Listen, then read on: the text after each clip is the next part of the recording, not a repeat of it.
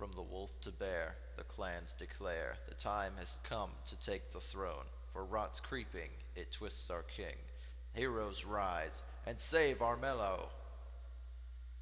Imagine if Redwall, Disney's Robin Hood, Samurai Jack, Game of Thrones, and Talisman were all thrown into a blender.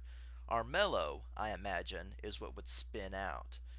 In the kingdom of Armello, the king has been struck with a supernatural sickness called the Rot. He is dying, and there is no saving him. 4 heroes from different animal clans set out to vie for the crown during his final days. Will one of them assassinate him? Defeat him in mortal combat? Embrace the Rot and replace him?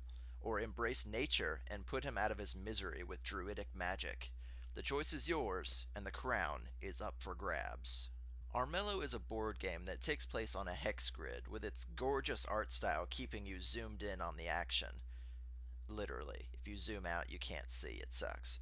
The developers have even gone on record to say that they don't want people zooming all the way out to see the entire board. Odd for a board game. Anyway, you move from hex to hex, rolling dice, encountering perils, fighting monsters, and each other to see who will come out on top when the king dies, or who will grow strong enough to take on the lion directly before he succumbs to his illness. The character selection is great, with 2 heroes from the wolf, rabbit, bear, and rat clans to choose from. The wolves are stronger in direct fights.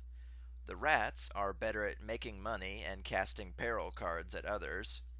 Bears have more magic and suck at everything else. And the rabbits are better to complete quests and acquire treasures to equip. You can select a magic ring and a necklace to bump a stat up or to get another special ability, like a loadout for most other adventure games. That lends some strategy to whatever playstyle you have, and you can unlock more as you play more games. Since each clan is wildly different from the others in terms of stats and abilities, you'll have to choose carefully.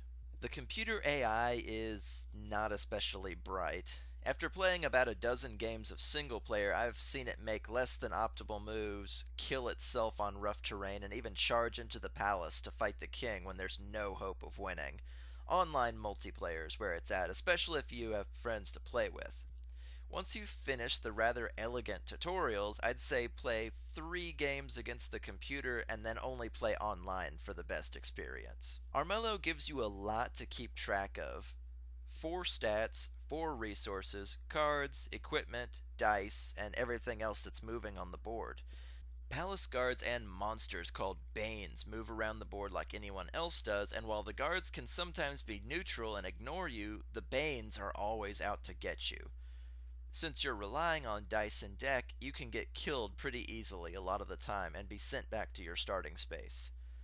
The tutorials are probably the best I've seen in a long time though, so by the time I was playing online I really felt like I knew a thing or two. Unfortunately, between the 4 victory conditions, only one of them tends to happen in most games. I played as many times as I could before it came time to make this review, and over a third of the game's winners were what's called prestige victories.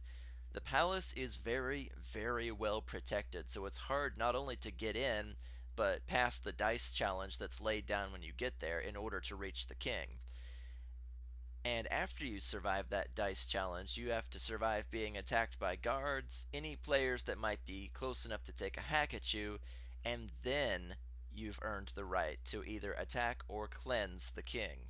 If you fail at your one shot at him, you've pretty much lost the game. So going into the palace is a complete gamble to either end the game or make sure that you lose.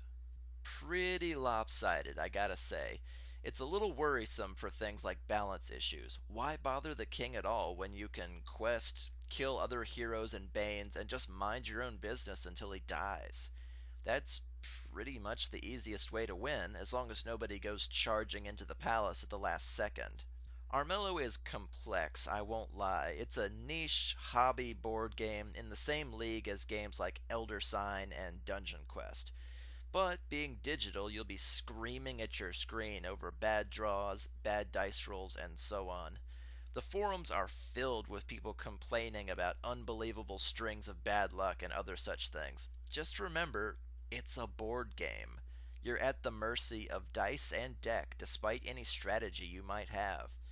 You've got to learn to roll with the bunches here, which is why I recommend you play this with friends over Skype and not against the computer AIs or strangers online. That and, well, there's no chat function. Armello hosts a small handful of predetermined phrases that you can use during the game, but it completely lacks any sort of normal chat. It's kind of a hard sell when my turn takes 30 seconds and I spend the rest of my time watching other heroes, the palace guards, and the Banes all make their own moves. It's a board game, so you'll be spending most of your time just watching.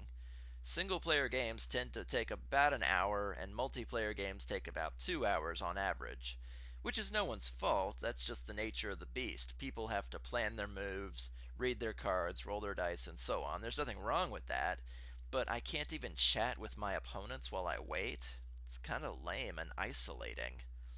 But, being that this is from a smaller developer, they've gone on record many times to say that they just don't have the resources to police that many chat rooms all at once to prevent abuse and such. So it's probably the game's biggest problem, as board games are a social experience and this developer has done everything in its power to separate its players. Instead of making deals, forging alliances, and backstabbing people, as this game is clearly meant for, being in the flavor of Game of Thrones, you'll be checking if anybody's in range to attack or be attacked, if your spells will reach, and so on and so forth. It's not much different than the AI's, taunts aside. Board games are supposed to be very social, but Armello just left me feeling very lonely. Armello is a pretty tough nut to crack at the end of the day. Its visual and artistic style is magnificent, stylized, and very beautiful. I can tell a lot of effort went into crafting the art style, the lore, and the story that goes with this game. It's just beautiful. Fog and fuzziness aside, seriously, developers, we want the option to turn the fog off so we can see the damn board. It's a board game. I'd like to see the whole thing at the same time. It gives you a lot of elements to keep track of, but explains itself perfectly in its tutorials. 8 heroes doesn't feel like much, but we've already been promised 4 more for a future DLC called the Bandit Clan. The completely misbalanced victory conditions make you want to play online instead of against the AI, and it's always glorious to see when somebody achieves something outside of the normal prestige victory. The diverse abilities, powers, and item loadouts are incredible. It just screams for more cards, more rings, more amulets to provide more and more interesting experiences. The careful craftsmanship of this game really shines in the game's mechanics and balancing. I'll be honest with you, Armello isn't for everyone. It's a niche hobby game with lots of dice, hard to accomplish goals and quests, furry characters, and lacks any meaningful communication system. Even playing online, it feels very lonely with no chat or Skype. It's deep, complex, and the victory conditions are a bit misbalanced, as I've shown you, but the diversity of experiences, situations, and heroes makes it an amazing game if you're willing to invest. I'd say convince a friend to play this with you, or if you can, 3 other friends. With no hot seat mode, this is a socializing over Skype sort of game, so you'll have to provide the chat channel, and it makes it perfect. Dice fall where they may, though, so be prepared for a serious challenge. You only have 18 turns before the king dies and a new ruler is crowned.